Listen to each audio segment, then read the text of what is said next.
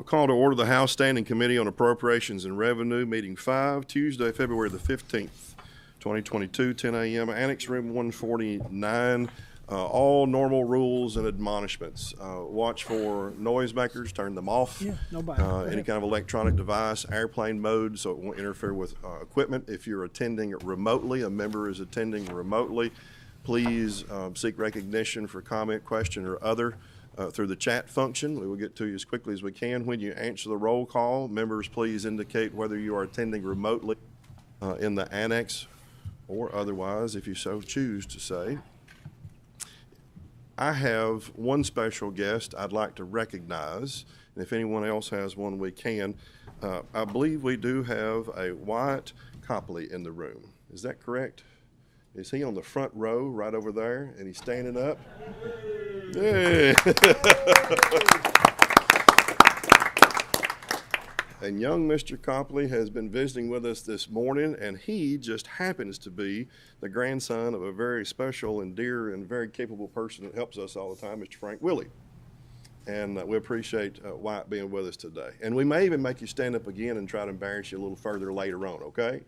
All right, good. Anybody else, any other member have a special guest to recognize? Seeing none, please call the roll. Representative Beckler. In the room. Representative Bentley. Here in the room. Representative Blanton. Present in the room. Representative Bridges. Here in the room. Representative Dossett. Present in the room. Representative Fisher. Here in the room. Representative Fleming. Representative Flood. Present, Annex Office. Thank you. Representative Fugit. Here in the room. Representative Gentry. Here in the room. Representative Hale. Present here in the room. Representative Hart. Here in the room. Representative Hatton. Here in my annex office. Thank you. Representative McCool. Representative Nemes. Representative Palumbo. Here in my annex office. Thank you. Representative Prunty. Representative Raymond. I'm here in the room. Representative Riley.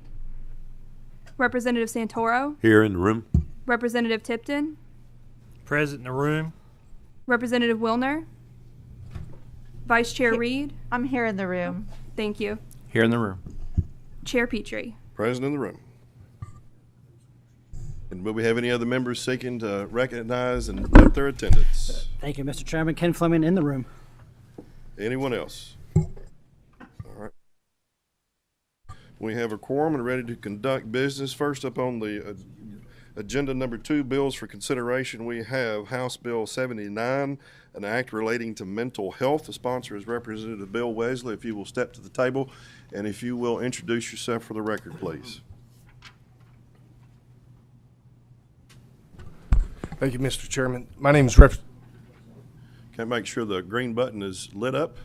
Yes, sir. Make sure it's close enough to you. Do you have anyone else that may be answering questions or presenting with you? No, sir, not today. All right, sounds good. And if you will, raise your right hand. Do you swear or affirm to tell the truth, whole truth, and nothing but the truth? I affirm. I'm sorry? I affirm, yes. Thank you. And if you will, please proceed. Good morning, Mr. Chairman and committee. My name is Bill Wesley, representative over the 91st District. Thank you for allowing me to speak on House Bill 79 this morning. This is called the Lifeliners Act. This deals with PTSD resources for our dispatchers. This bill has already been through the interim, already went through the House side on VMAP, voted unanimously, passed unanimously. This bill will not affect the state budget in any way. According to the agency that we have... Motion on the bill. Second.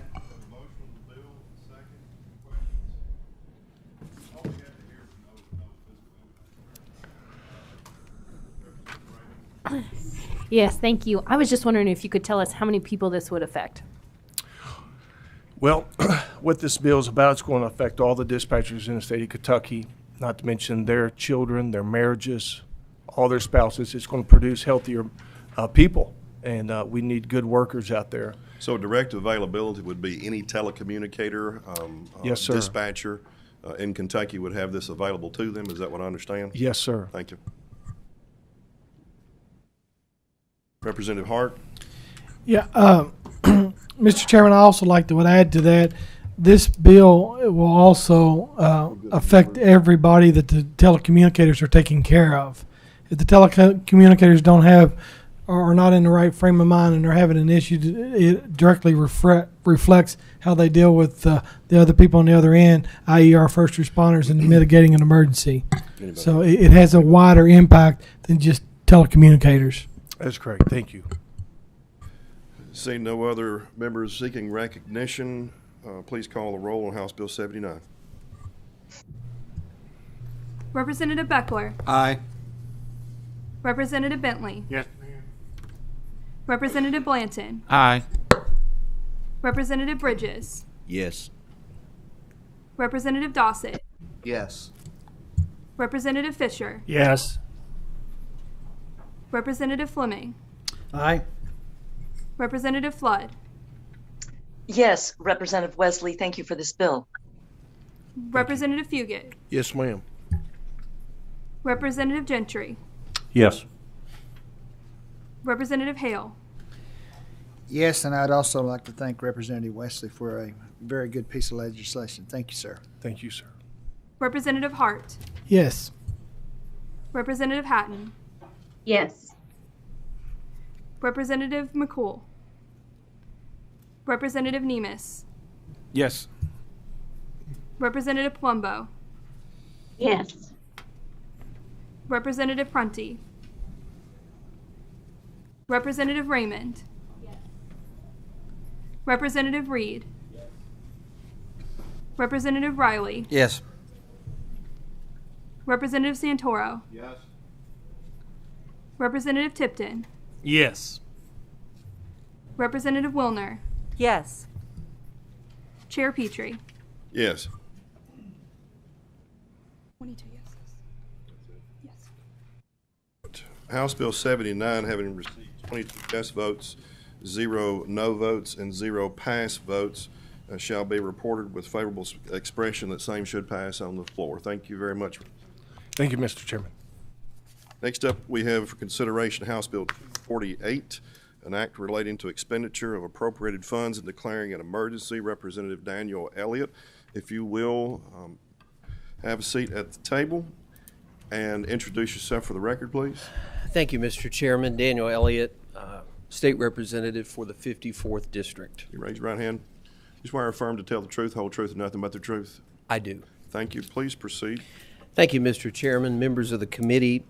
House Bill 248 creates a new section of KRS 48 that prohibits the expenditure of appropriated funds by any elected statewide constitutional officer and any other state official, employee, or agency except for the Attorney General in support of a challenge to the constitutionality of any legislative act or resolution of the General Assembly. And it requires that the Attorney General would be named as the sole respondent in any such litigation, and it would also apply in the role of plaintiff, petitioner, intervening party, amicus curiae, and other capacity. I understand there is a committee substitute, and I would yield back to you, Mr. Chairman. Thank you, Representative Elliott.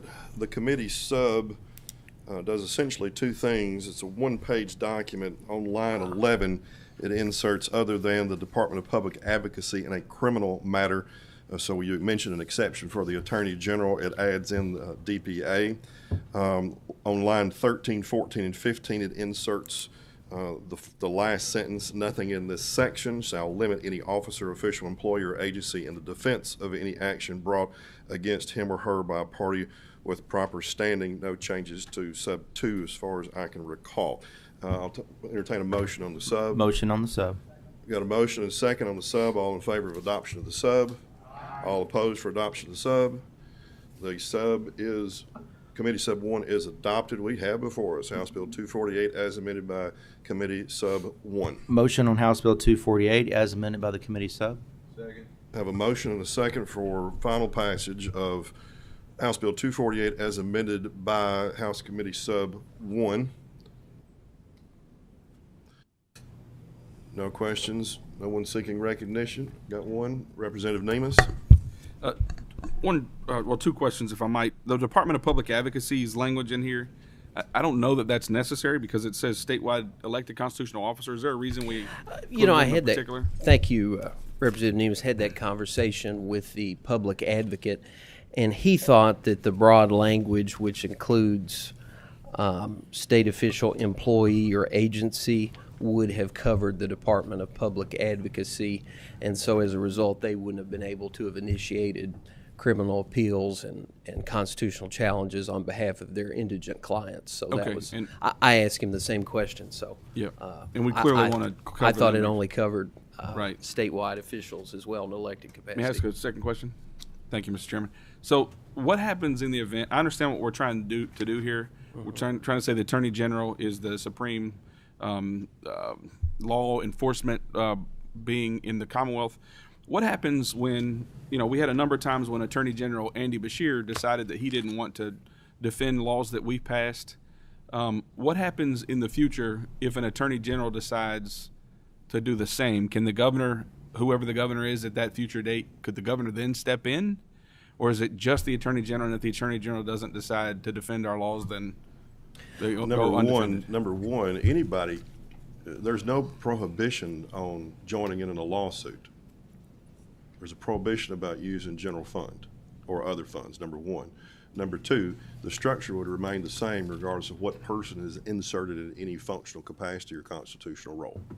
Yeah, so my question is, so somebody files a lawsuit against the Commonwealth of Kentucky and they name the Attorney General as is required by this statute, and the Attorney General says, I'm not going to defend that law. If the governor can intervene, as Chairman, you said he could, and I agree with that, this doesn't affect that, but the governor then would have to use personal funds in order to defend. I don't know, how are our laws going to be defended if the Attorney General decides not to defend them in the future, like Attorney General Beshear did in the past? I think that's a legitimate question, and it does obviously place quite a bit of authority in the Attorney General's office, which I think is appropriate under, if you look at how the statewide elected officials are laid out in our Constitution. That Attorney General is the chief official. Is there a further comment or question? Yeah, I'm sorry, Mr. Chairman. Yes. I think this is a very good concept, and I agree. I think this bill's good. I wonder if we can say, in the event that the Attorney General declines to defend duly enacted statutes, in that event, only then can another entity step in and use public funds, because obviously we don't want the Attorney General to be effectively the sole decision maker. And if he's if he's a Republican and the legislature is a Democrat legislature, its laws wouldn't be defended. So with that one change I hope we can make on the floor, I think this is a really good concept, and I support the thought behind it. Thank you, Mr. Chairman. I'm sure Representative Elliott and I know myself are willing to entertain that and see how, if possible. No other questions or comments or seeking recognition by a member. Please call the roll on House Bill 248 as amended by Committee Sub 1. Representative Beckler. Aye. Representative Bentley. Yes, ma'am. Representative Blanton. Representative Bridges. Yes. Representative Dossett. Yes. Representative Fisher. Yes. Representative Fleming. Aye. Representative Flood. No. Representative Fugit. Yes. Representative Gentry. Explain my vote, please. Please, briefly. I think Representative Nemes brought up a good point, and I think that point needs to be addressed. And I know there's been some comments here saying you were open to that, but until that happens, I'm a no. Representative Hale. Yes. Representative Hart. Yes. Representative Hatton. No. Representative McCool. Representative Nemes. Yes. Representative Plumbo. No. Representative Prunty. Representative Raymond. No. Representative Reed. Representative Riley. Representative Santoro. Representative Tipton. Yes. Representative Wilner. No. Chair Petrie. Yes.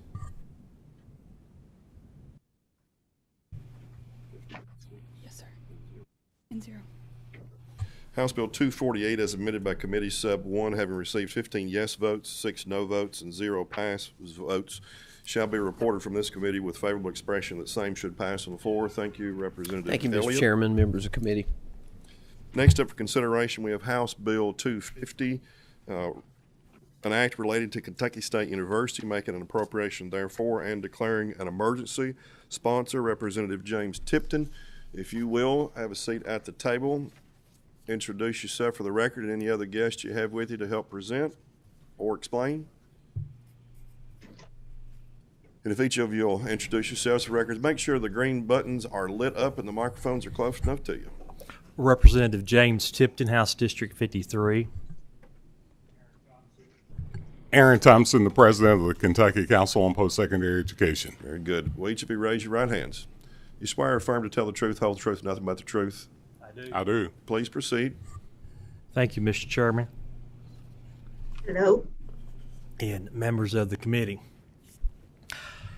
I don't think it's any secret that last summer reports came out that there was some financial difficulties at Kentucky State University. As a result of that, former President Christopher Brown resigned from that position. Governor Beshear initiated an executive order that directed the Council on Post-Secondary Education to go into Kentucky State University and do a deep dive and basically find out what happened and try and figure out where they are and what needs to happen. As a result of that investigation, we've had testimony in A&R, we've had testimony in the subcommittee that I chair that Kentucky State University has a shortfall of $23 million. And that shortfall, just to make sure, is that a current year or a future shortfall? That is a current year shortfall, Mr. Chairman. And this legislation does appropriate $23 million in the current year. The appropriation is set up, the language in the bill, it is set up as a loan.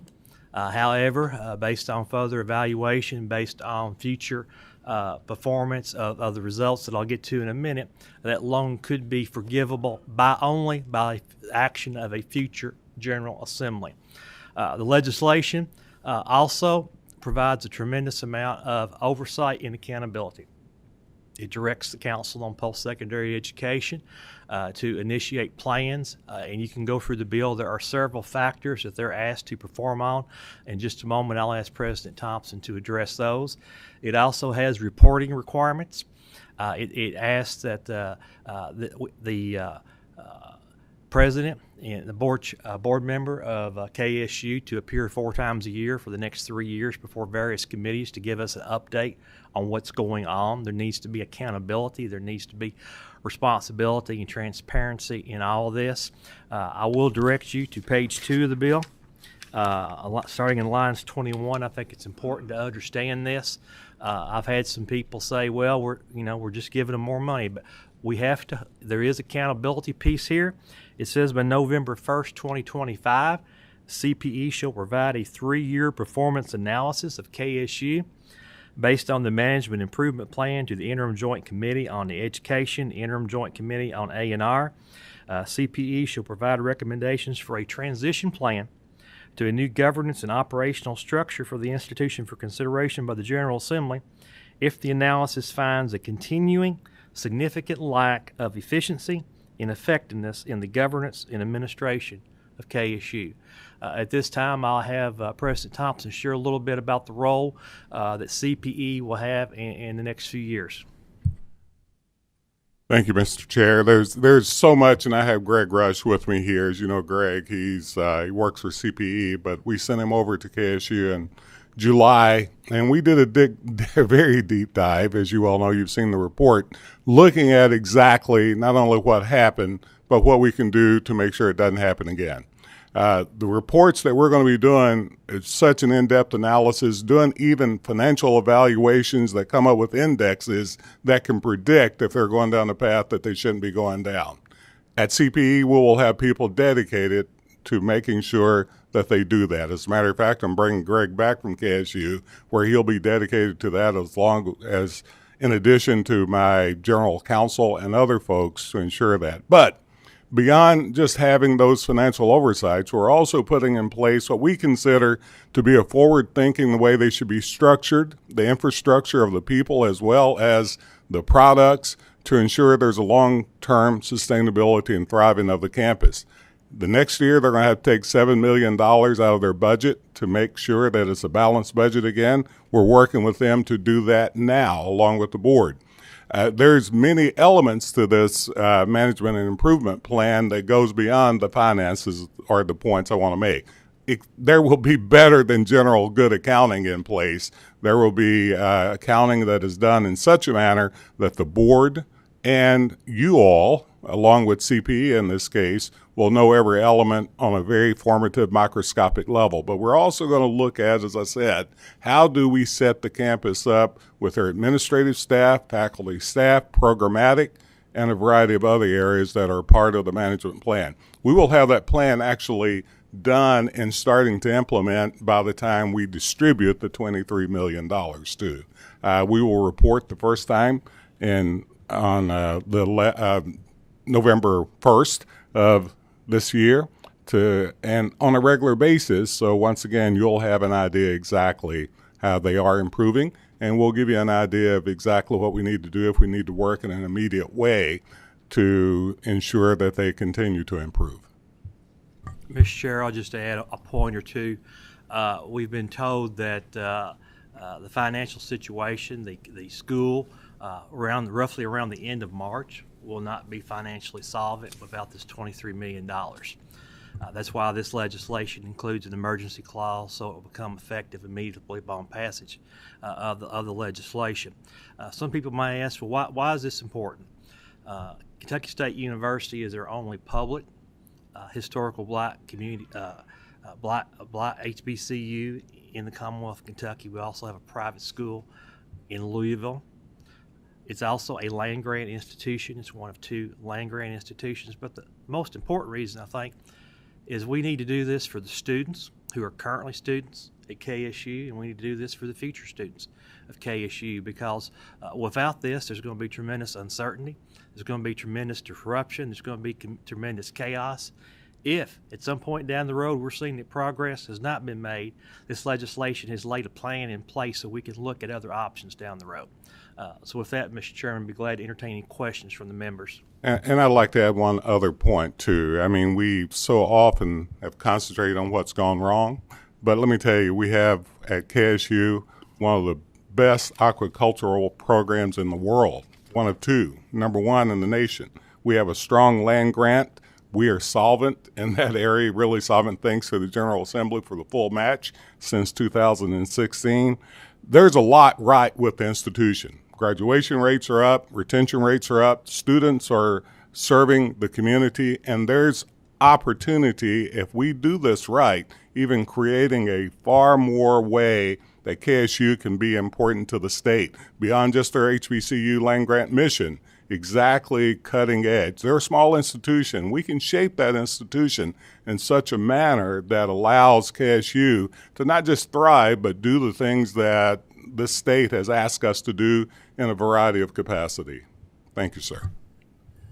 Very good.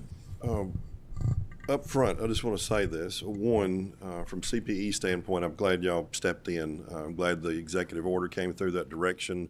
I think those were good moves.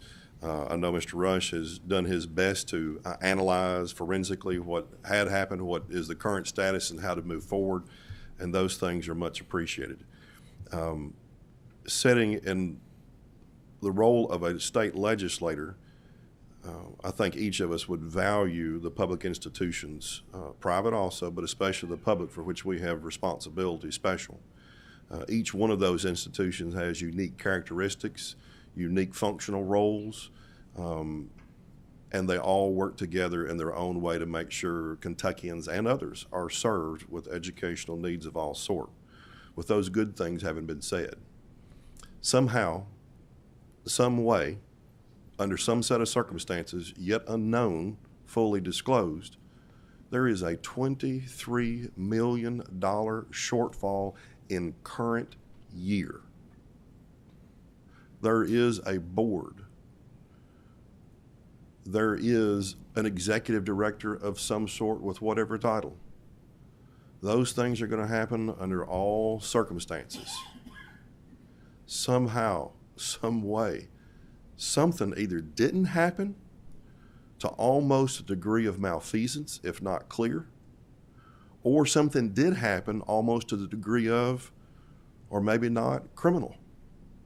There's $23 million shortfall current year. Question from me as I scratch my head and go, how? Is it over a 15-year period, just a slight bit of degree over time? Could be. Doesn't appear to be. Now, I'm not going to get into adjudicating or attempted adjudicating the how. I leave that to the people that are forensically investigating, the ones that are trying to figure out the details and those things. That's simply a question in front of a legislator I can't avoid. Now, does that mean that KSU, we shouldn't work to make it succeed if there is any way possible, not just to succeed, but to make it thrive? No, we should be looking for that. And yes, we don't want to dwell on the past, but we don't want to repeat those mistakes, either in this institution or another one. So, I really appreciate the bill coming forward. Take none of my comments as being a no vote, because I will be a yes. But I do have to state that question remains straight in front of my face, and I can't avoid it, because I just wonder how in the world $23 million shortfall over a fairly short amount of time goes unnoticed, and we're here with House Bill 250, an emergency clause, to make sure we're making a current year appropriation. That is a huge question mark for me. I have Representative Blanton with a comment or question. Thank you, Mr. Chairman. A couple quick comments. First of all, thank you, gentlemen, for being here and presenting this bill. And I do support the bill because I support KSU. There obviously has been some issues, intentional or non-intentional. That's not what we're here to debate today. KSU is an institution within this Commonwealth that we cannot allow to fail because of whatever errors have occurred. Now, I am much more openly supportive because Dr. Thompson is being brought on board. I hold him in the highest regards possible. I have a lot of confidence in him and his ability and all the oversights that's been put in place. But as it was said, this also impacts the students. My LA is a graduate of KSU. People may be surprised to know I actually have credit hours from KSU. When I went through the academy back in the 90s, KSP, we coordinated with KSU and we got credit hours. And many of our troopers went on to finish degrees through KSU.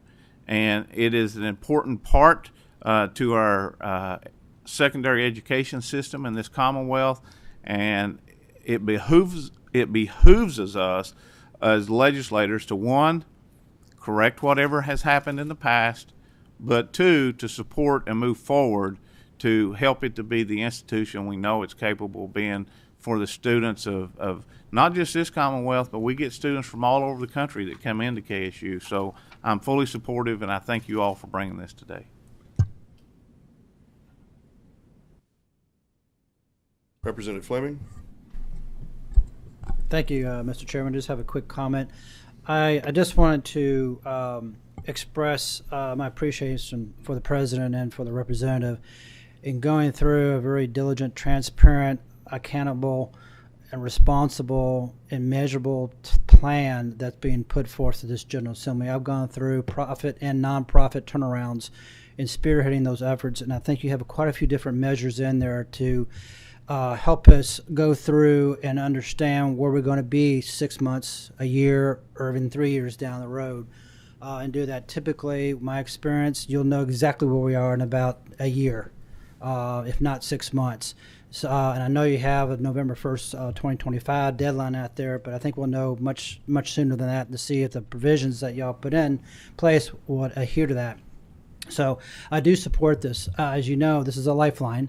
I think the chairman, Petrie, mentioned that there's a lot of questions out there, but we're moving forward.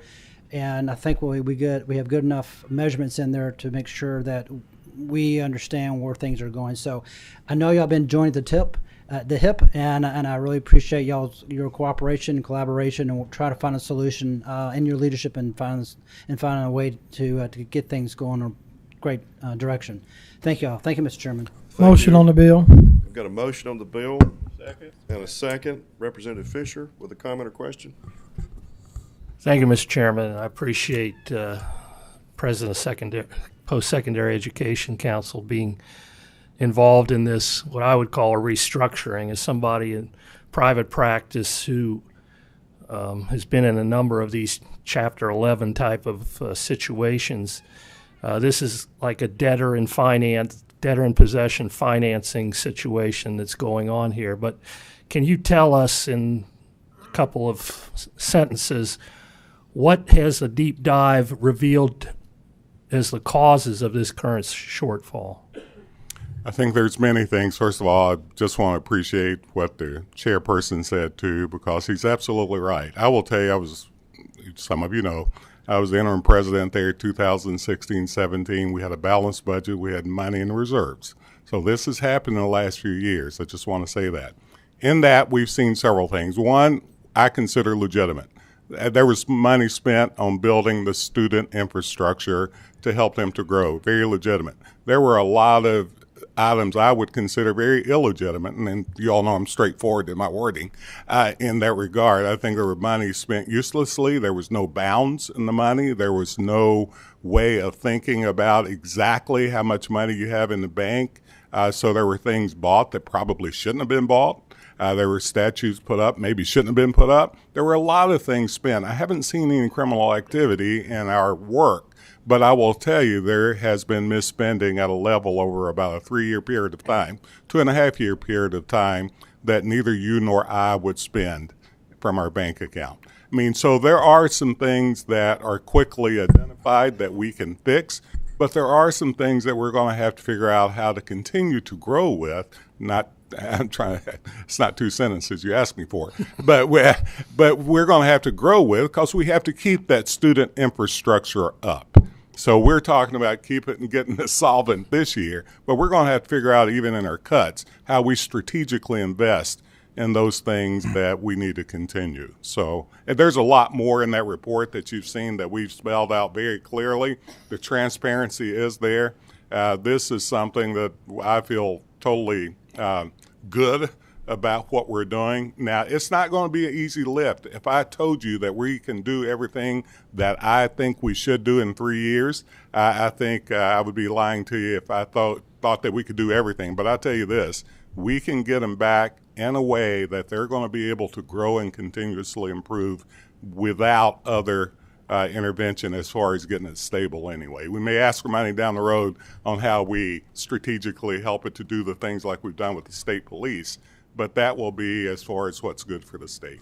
I appreciate the response and the candor of the response about timelines, because if you'd said this was going to be a quick turnaround, I wouldn't have called this bill for a vote. Yeah, sure.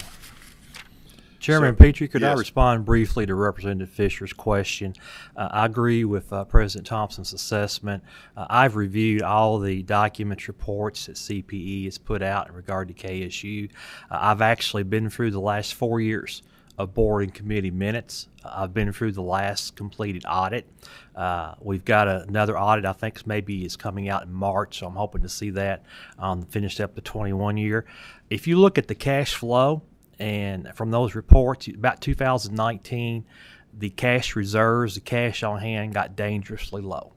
And to me, that would have been a warning sign. Right now, there is a search on for a new president for Kentucky State University. I think that is vital. Who comes in as the new president? Board leadership, president and board leadership are going to be vital going forward to see this succeed. And I think those are key things that have to take place.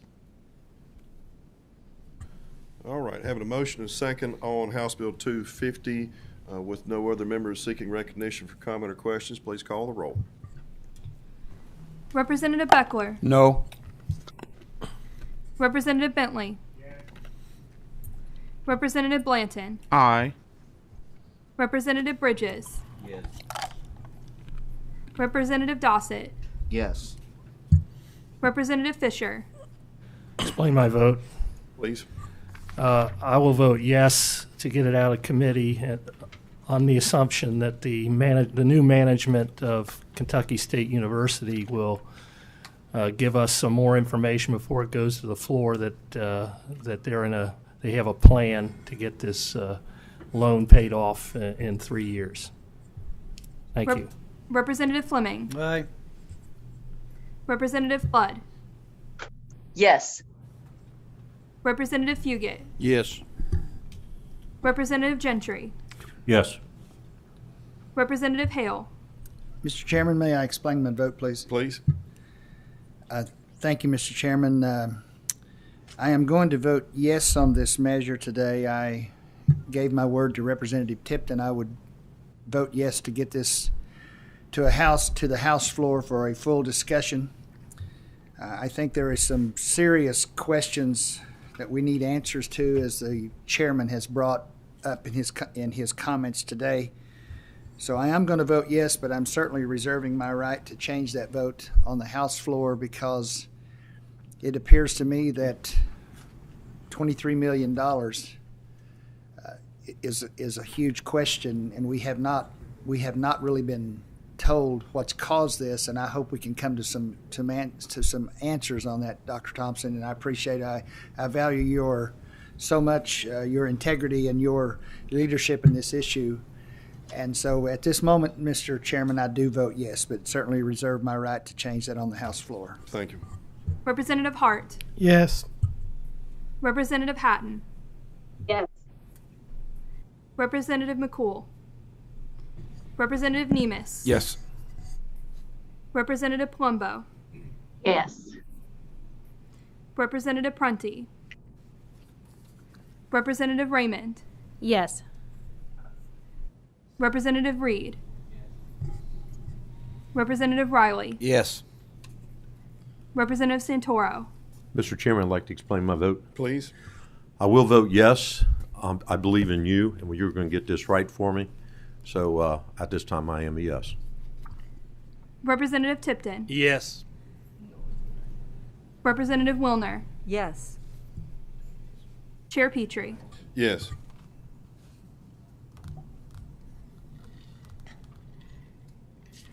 No passes.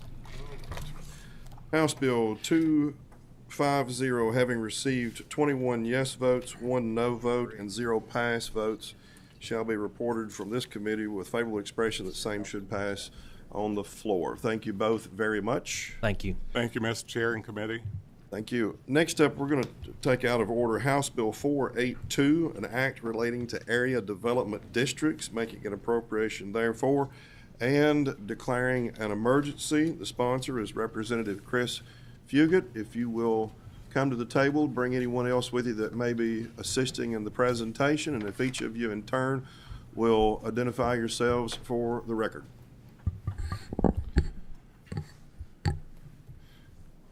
Thank you, Mr. Chairman. I am Chris Fugit, State Representative of the 84th District. And make sure we've got green lights lit up on the microphones and they're pulled close enough. Mr. Chairman, Jason Vincent, Executive Director of the Pennyrile Area Development District in Hopkinsville. Mr. Chairman, my name is Steve Henry, and I'm the Webster County Judge Executive. Mr. Chairman, I'm Mike Burris, Executive Director of the Lincoln Trail Area Development District in Elizabethtown. Welcome, and please proceed. Well, I'll tell you what, if each of you will raise your right hands. Do you swear or affirm to tell the truth, the whole truth, and nothing but the truth? Yes, sir. I've got a yes from each of you. Yes. Please proceed. Thank you, Mr. Chairman and members of committee. House Bill 482 does 3 things. Number 1, it codifies long-standing operational practice between the 15 area development districts and the Department of Local Government. The second thing it does, it appropriates $2 million in each fiscal year. And the last thing it does, it declares an emergency that will take effect upon passage of the House and the Senate and the signature of the governor and or otherwise by law. Motion on the bill. I have a motion and a second on the bill. Are there any members seeking recognition? Representative Nemus. I'd like to ask, how does this, I should know this, but I don't. How does this change existing law? Like, How do we allocate dollars now, and how will this change it? Just to make sure, if I understood Representative Fugit correctly, this formula is already in practice. Yes. It is an informal practice and a practice done other than by statute. So this will codify that existing practice with no changes. Thank you, Mr. Chairman. Representative Tipton. Thank you, Mr. Chairman. Thank you, Representative Fugit. My question is, are all of the area development districts on board with this legislation? Everyone that I've heard from, yes. Okay, I know there's been some discussion in past sessions about this issue, and I just wanted to make sure everyone was on board now. Yes. And I'm going to ask that, thank you, Representative Tipton, really two things. The formula, the existing practice formula, have you heard any opposition to that whatsoever for codification? No, sir. Okay. And has anybody, any of the 15 ads expressed any opposition to additional appropriation of $2 million in each year? No, sir. They're very happy. Just making sure I'm clarifying. All right. Any other members seeking recognition, comment, or question? All right. And then each of the other three people at the table, you are more than welcome to speak, but I will also admonish you the way my circuit judge did in years past. Don't talk yourself out of a win. Well, I won't do that, Mr. Chairman, but being judge executive, we like to talk, even if it's listen to our own selves. And I'm used to sitting here talking about co-severance. Spoke before this group many times about co-severance and its importance. One of the things, first of all, thank you, but I know that you all know what our area development districts do.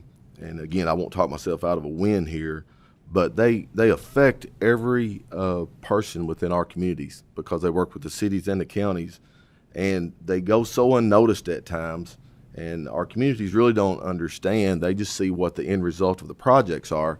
They don't understand what the vessel is. So I appreciate this opportunity to get out and talk about what our area development districts do and how much that they mean to our communities. So I appreciate this bill. All right, we still have a motion, a second on that, and a question called, and I would just point out on this particular bill, area development districts, development, to assist those cities, counties, that probably do not have the means by which to do it themselves for development and planning. That's what they were designed to do, and hopefully with this codification of the formula, as well as the additional appropriations, we were able to further that original and still principal mission of the ads. Seeing no other members seeking recognition, comment, call the roll, please. Representative Beckler. Permission to explain my vote, Mr. Chair? Please. I'm a yes, but I'm really offended that my good friend Jason Vincent chose not to speak on this. Representative Bentley. Representative Blanton. Aye. Representative Bridges. Yes. Representative Dossett. Yes. Representative Fisher. Yes. Representative Fleming. Aye. Representative Flood. Yes. Representative Fugit. Yes. Representative Gentry. Representative Hale. Yes. Representative Hart. Yes. Representative Hatton. Yes. Representative McCool.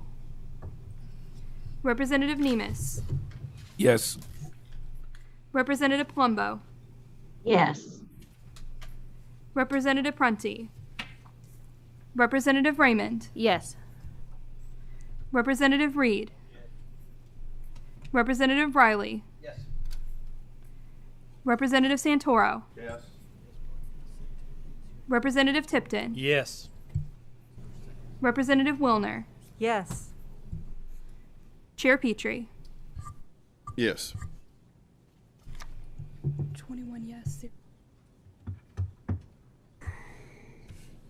Lost my agenda now.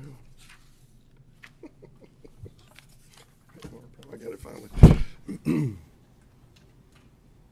House Bill 482, having received 21 yes votes, 0 nay votes, and 0 pass votes, shall be reported from this committee that with favorable expression that same should pass on the House floor. Thank each of you for coming. Representative Fugit, thank you for the bill. Thank you, Mr. Chairman. Next up, we have for consideration, out of order, House Bill 459. And it is let's all have a good giggle with this. It is a very simple cleanup bill. All it does, it's 2 pages, not even a full 2 pages. Really one good page. And I'll entertain a motion. Motion on the bill. Well, there we go. A motion, a second on the bill. And a call to question. If anyone has questions, I'll be happy to answer them, but this simply addresses the issue from last year based on best information, the executive branch and Director Hicks and ourselves looking at Treasury guidance, funds that were allocated out of ARPA, a particular piece of ARPA, allocated towards school construction. Later, as Treasury guidance was firmed up and rules became available, that these funds would no longer apply appropriately. So this adjusts, and the second page actually terminates that appropriation in our existing budget out this year. It not only replaces those funds on school construction for $127 million, but I think increased those to $180 million plus to capture more school construction. The first section of this bill simply adjust the numbers and make sure that on the broadband appropriation we did last session that the dollar figures are appropriated from particular portions of ARPA federal funds rather than generically from federal funds, with the assistance of Director Hicks on the language, which I appreciate greatly. Seeing no member seeking recognition for comment or question, and we have Representative Tipton. Thank you, Mr. Chair. You know I've always got a question. I just want a clarification because the number's the same. We had discussion on the $127 million for the school facility fund. Is this related to school facility fund, and we need to reappropriate that in any ways? So the page 2, okay, section 2, actually repeals the appropriation from last session. And House Bill 1 has been about Committee Sub 1. We already have dealt with that issue. Okay. And actually increased from $127 million to in excess of $180 million for the same purpose. Thank you, Mr. Chair. That repeal was required, or else we'd have a double appropriation. Gotcha. Just wanted clarification. Thank you. Thank you. Seeing no other members seeking recognition for comment or question, call roll. Representative Beckler. Aye. Representative Bentley. Representative Blanton. Aye. Representative Bridges. Representative Dossett. Yes. Representative Fisher. Yes. Representative Fleming. Aye. Representative Flood. Yes. Representative Fugit. Representative Gentry. Mr. Chair, I'm a yes, and I would also like to post a yes for House Bill 482. So noted, and thank you. Representative Hale. Yes. Representative Hart. Representative Hatton. Yes. Representative McCool. Representative Nemus. Yes. Representative Palumbo. Yes. Representative Prunty. Representative Raymond. Yes. Representative Reed. Representative Riley. Yes. Representative Santoro. Representative Tipton. Yes.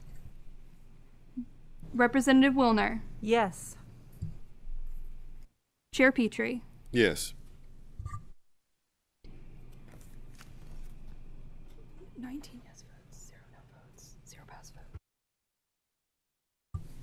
House Bill 459, having received 19 yes votes, 0 nay votes, and 0 pass votes, shall be reported from this committee with favorable expression that same should pass on the floor.